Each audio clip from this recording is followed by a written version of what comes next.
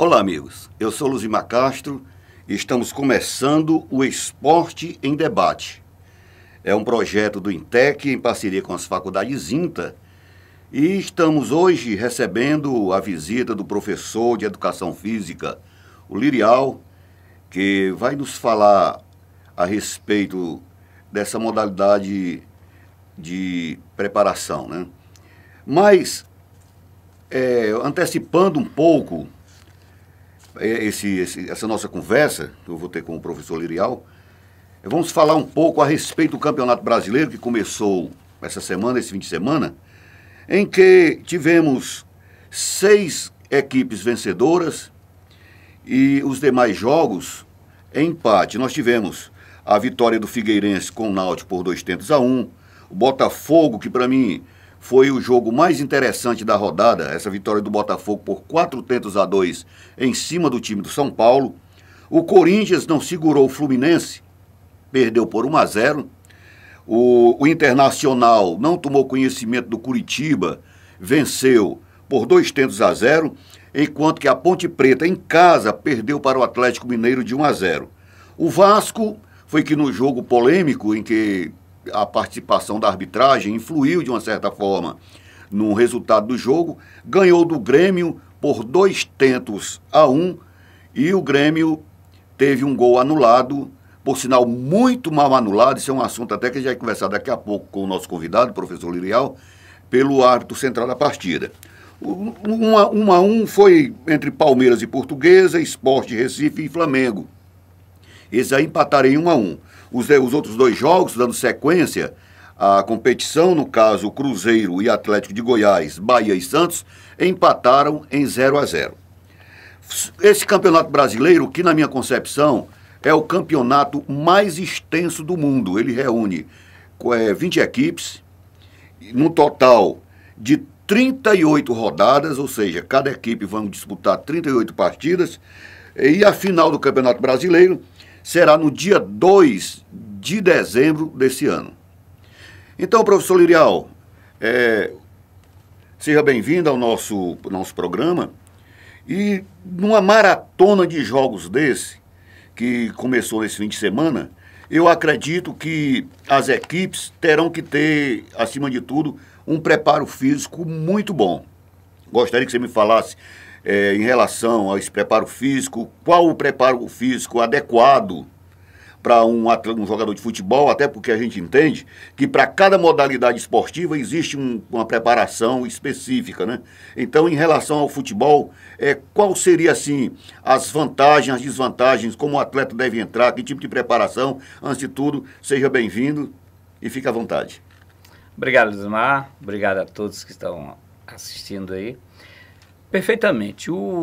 A preparação física é algo que tem de fundamental importância para um campeonato tão longo. Veja, uma maratona de 8 meses de atividades. Se você não tiver um elenco realmente com muitos componentes, você terá uma defasagem que pode permear esse campeonato. Pode, inclusive, comprometer a condição da própria equipe. Então, há necessidade de que cada equipe desse tenha pelo menos uns 35 jogadores distribuídos em todas as suas posições que possam ser trabalhados. A parte física, eu considero o futebol o que é menos trabalhado. Para você ter uma ideia, tem preparador físico que diz que põe um atleta em condições de jogo, fisicamente, com 15 dias. Isso é um verdadeiro absurdo. Você tem que ter a fisiologia, ela explica e expõe para todos que há uma necessidade de pelo menos de 60 a 90 dias para que você tenha, nesse período, uma condição física razoável para poder jogar, para poder ter uma partida na sua plenitude de performance. Então, 8 meses de atividades, com jogos a cada 3, 4 dias. Com isso, você tem um desgaste físico muito forte. E, observando também a preparação física, se você não estiver fisicamente favorável, na plena atividade, para plena atividade, você pode ter certeza que você estará exposto a contusões e a ações negativas desses jogos. Sem contar que o índice técnico ele vai estar sendo aprimorado a partir de um bom condicionamento físico. E se você não tiver um índice técnico pleno, favorável, o sistema tático vai ser comprometido de acordo com as intenções do seu próprio técnico. Em alguns momentos, tem equipes que, quando vai contratar um atleta, ele passa primeiro por uma bateria de exames. Por sinal, exames muito puxados, muito severos, até para ver como está o condicionamento físico do atleta e saber se ele está inteiro, como se diz na gíria do futebol, saber se ele não está bichado, né? Existe muito isso. Porque tem muitos atletas que vêm de uma contusão, ele não está 100% e consegue maquiar em alguns treinamentos, até para tentar assinar um contrato e logo em seguida aquela contusão estoura e ele fica, como se diz, comprometido com o clube, ou o clube fica comprometido com ele sem jogar e recebendo durante toda essa temporada. Essa preparação, todas as equipes não teria assim, como por obrigação ter no seu departamento médico para fazer toda essa bateria antes de assinar o contrato com o atleta? Exatamente. Seria ideal que hoje, para que você tenha uma equipe de futebol, você tem que ter um técnico dentro do CREF, com a filiação dentro do CREF. Você tem que ter um preparador físico. E esse preparador físico, ele só recebe a credencial do CREF, do Conselho Regional e ou Federal de Educação Física, se ele tiver, um mínimo, ser um provisionado. Provisionado é aquela pessoa que não é formada em educação física, que estará como leigo. Já passou um período onde ele recebia essa credencial para atuar. Hoje só recebe a credencial se ele tiver a formação do bacharel em educação física. Bacharel ou até licenciado. Então, se ele só recebe essa credencial do CREF para isso. Quanto às equipes ter um departamento de atividades físicas, né, de avaliação, ou médico, isso é uma ação que deve ser obrigatória. Para que você receba um atleta que vem de um outro estado, sempre às vezes indicado por um amigo, por um técnico amigo, um presidente de clube ou qualquer uma outra ação nesse ponto, você tem que fazer essa anamnese médica e com certeza também a avaliação física. A avaliação física consiste de alguns testes, dentre eles o sistema aeróbico, todo o sistema locomotor, ele tem que ser avaliado e tem hoje, tá vendo, Lucimar? Nós já temos equipes que têm um verdadeiro laboratório de fisiologia, onde faz essa avaliação geral do atleta e ele não irá, em momento algum, digamos assim, enganar ao seu departamento médico para com a sua forma física, onde tem desde os exames simples, raio-x e depois ultrassonografia. Exames de laboratório, né? Minuciosos, sem contar com esses laboratórios que nós costumeiramente observamos. Então, hoje em dia, as grandes equipes investem de tal forma nessas avaliações para não ter problemas. Que nós já tivemos problemas de atletas bons e eles investem um absurdo e, em consequência, ele não está bem fisicamente e logo após são acometidos de alguns problemas e vê, como o Luiz Fabiano do São Paulo. Luiz Fabiano de São Paulo, ele passou quanto tempo parado em relação por conta, vinha de uma contusão séria, mas não foi detectado. A equipe dele fez um investimento grande e quando viu que tinha feito uma bobagem, mas manteve porque o investimento dele foi muito alto e agora está dando resultado. Teve um caso bem próximo também, que foi o caso do Adriano e do Ronaldo Fenômeno, né? Que foram para o Corinthians, ambos, né? Chegaram no Corinthians com situações físicas abaixo do permitido e procuraram trabalhar mais o marketing, porque fisicamente eles não conseguiram render. Eu acho até que deve ter sido um prejuízo muito grande, né, para as equipes. Perfeitamente. O prejuízo de uma equipe dessa é tamanho que eu acredito que tenha presidente que se arrependa desse investimento. O Ronaldo Fenômeno, ele teve uma coisa muito interessante. Se nós analisarmos ao longo da vida, a primeira grande contusão dele, ele foi assistido de tal forma às pressas, porque o dinheiro ele vale muito, cada jogo dele, no contrato que ele tinha com algumas empresas, é um contrato que ele tinha que estar presente na equipe a qualquer custo, e ele, quando teve o primeiro problema patelar, então ele teve uma recuperação muito rápida, inclusive discutida entre nós da educação física, na própria universidade, nós que gostamos de acompanhar e sabemos das possibilidades. Nós tivemos um momento, inclusive, com um fisioterapeuta, com o Helder Montenegro, lá em Fortaleza, que é uma das maiores competências em termos de joelhos do mundo, e ele disse, olha, essa recuperação do Ronaldo é algo inacreditável. Haja vista que com pouco tempo ele foi acometido de um outro acidente e teve que parar por mais tempo. Na época ele estava na Itália, né? Na Itália. Né? Já a segunda atenção para com ele, aí não, já foi algo muito comedido, de acordo com o natural, que para você recuperar fibras musculares, ela não recupera assim de uma vez para o outro. Não é uma cola que você colou e está bem. Ela tem um movimento, elas estão sempre se movimentando. Então a recuperação ela é um pouco mais lenta. Então na segunda já teve uma recuperação altamente salutar. Com isso, ele demorou mais tempo, que foi a grande recuperação para aquela Copa do Mundo. Com essa ação, ele demorou mais tempo. Depois, ele tinha aquele problema sério de engordar com facilidade, que nós temos. E quando nós passarmos de determinada idade, para ganhar peso é facílimo, perder é muito difícil. Mas o investimento foi tão grande que só o marketing, ele está presente no jogo, presente até no banco, trazia dividendos, né?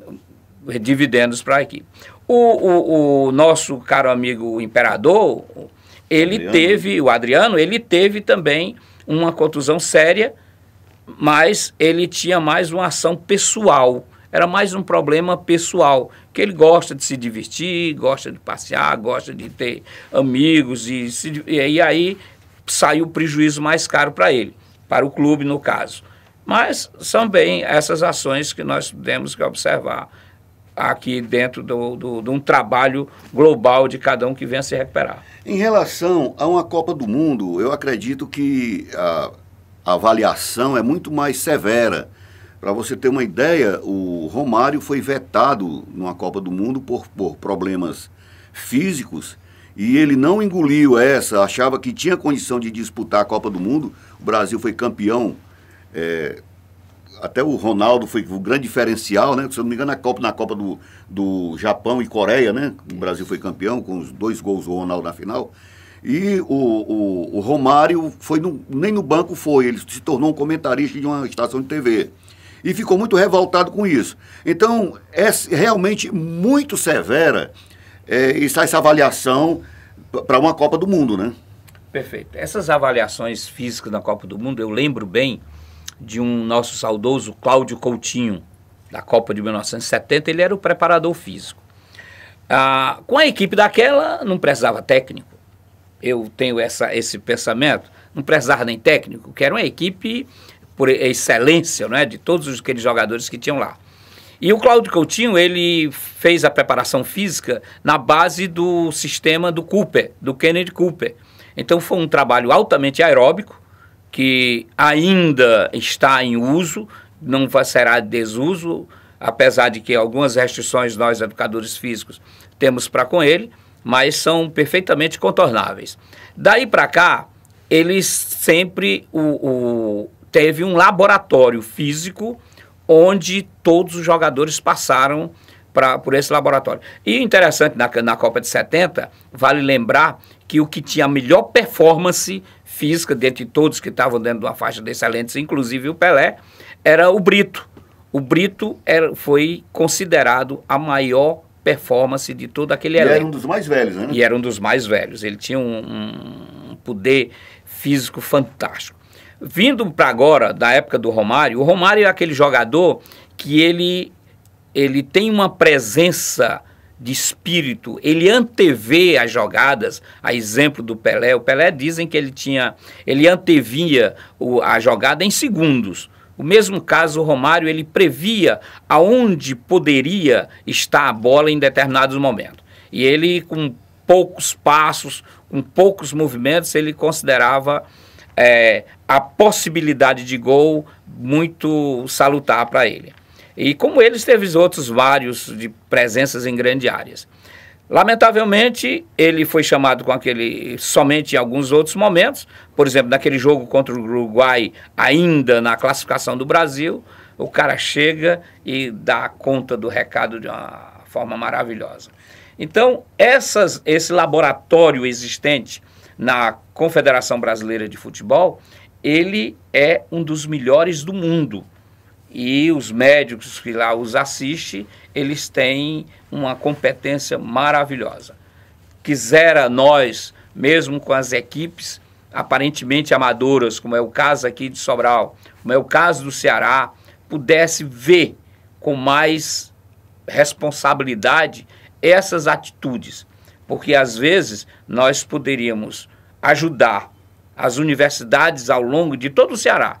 Podia ajudar essas equipes com profissionais e com um trabalho, quem não pudesse pagar realmente um fisiologista, um profissional da área, podia fazer um convênio com a universidade, com as universidades, então ter na sua programação essa condição de atividades e de trabalhos possíveis para melhorar o seu elenco.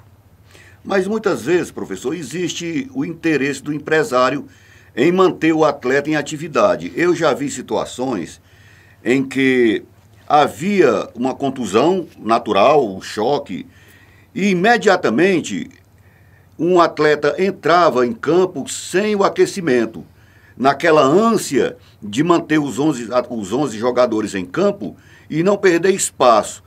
E eu já presenciei também, já tive a oportunidade de ver, esse mesmo atleta que entra no primeiro lance sentir contusão, um estiramento ou coisa parecida, ocasionando até uma lesão muito grave. E isso seria, eu acredito, um ato de responsabilidade do preparador físico. Eu acho que teria que ter um aquecimento adequado para que aquele atleta entrasse, mesmo que ficasse 3 ou 4 minutos com um jogador a menos, mas manter aquele jogador bem aquecido, com o estiramento em condição de uso, para que não houvesse um prejuízo para o atleta, porque o prejuízo, eu acredito, seja melhor para o atleta, porque ali ele poderá até encerrar sua carreira. Exatamente. Lucimar, me faz até ter esse sorriso aqui. Nós temos, quando o jogador entra no jogo, automaticamente os refletores, as câmeras estão voltadas ali para ele. Ele não se preocupa em olhar para si, fazer exatamente uma reflexão dessa circunstância, o qual você falou. Ele tem um aquecimento prévio antes da partida.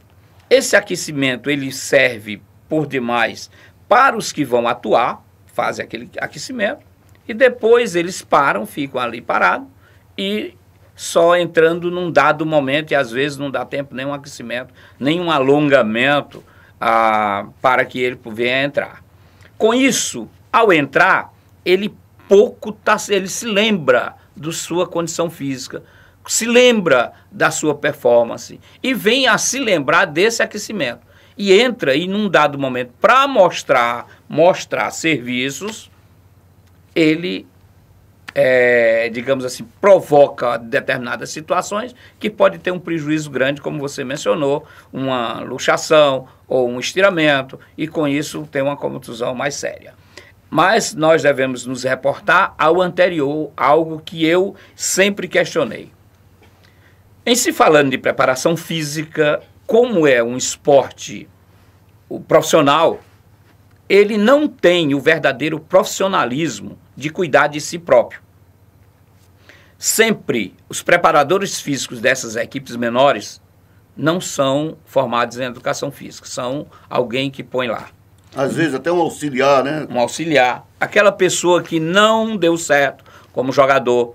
Aquela pessoa que passou pouco tempo jogando e está lá ajudando. E esses dirigentes gostam desse pessoal que está ajudando. Tem até o lance de achar que ele aprendeu aqueles movimentos, mas não sabe o porquê daqueles movimentos.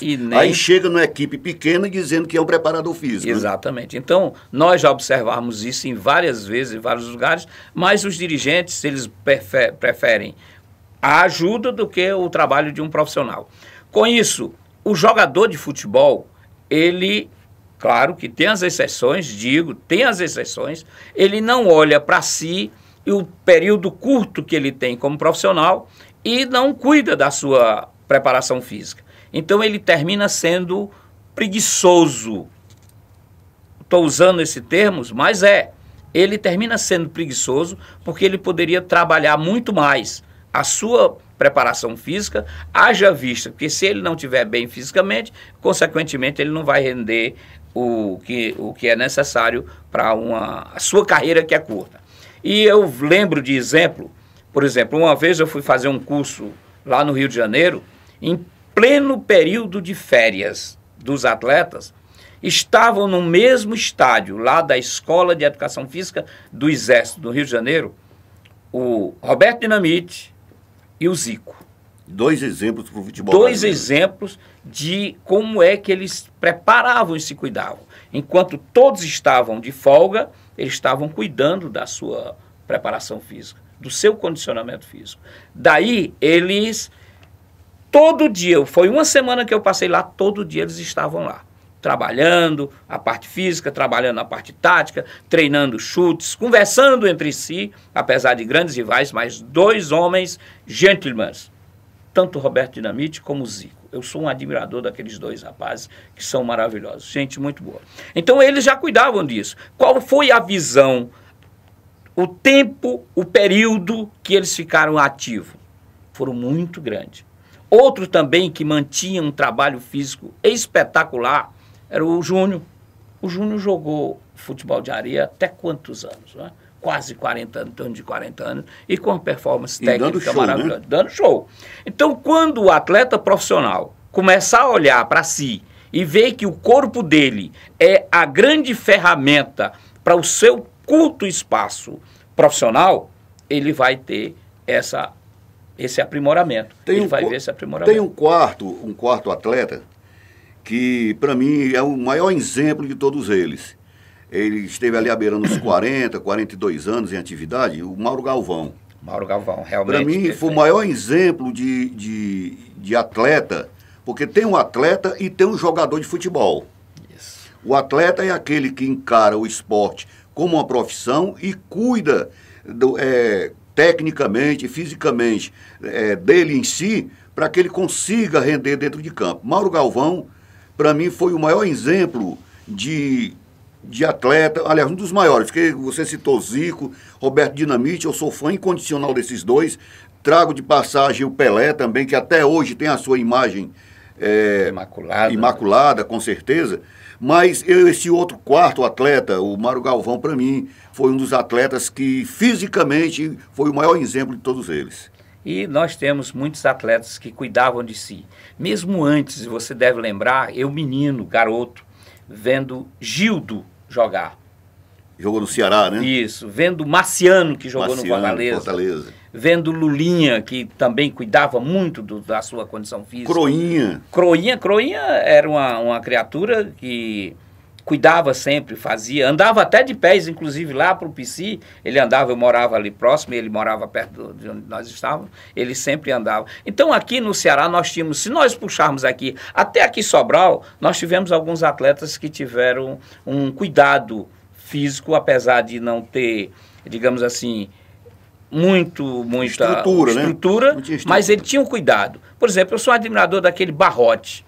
Barrote, ele corria danado mesmo, ele mantinha um cuidado físico razoável por ele. Sem esquecer o Teco-Teco, né? Sem Teco-Teco, que foi um grande. Inclusive, uma vez eu vi uma reportagem sobre o Teco-Teco. O Teco-Teco, ele é um cara que é um apaixonado. Eu acho que o Sobral, todo o futebol tem tem uma dívida muito grande com o Teco-Teco, muito grande, porque ele é um paizão aqui em termos do esporte, aqui dentro de Sobral. Pois sim, essa preparação física, no momento que alguns atletas começarem a trabalhar, começarem a ver a sua profissão a partir da sua preparação física, nós teremos muito mais sucesso com esses rapazes. Professor, olha, estou muito satisfeito com a sua presença. Eu acredito que nós tivemos hoje uma verdadeira aula de educação física. Espero contá-lo em outras edições do programa. Seja sempre bem-vindo e fique à vontade. Nós é que agradecemos por esse momento, que é gostoso conversar do que gostamos. E às vezes eu digo, quem labuta no que gosta, jamais trabalhará na vida. E a educação física para mim é minha vida, é meu viver, é o meu contágio gostoso do dia a dia. Nós temos muito a agradecer esse momento e estamos à disposição sempre que possível. Então tudo bem, chegamos ao final do Esporte em Debate, um projeto do INTEC em parceria com as faculdades INTA. Eu sou Luzimar Castro, fico por aqui e até o próximo programa.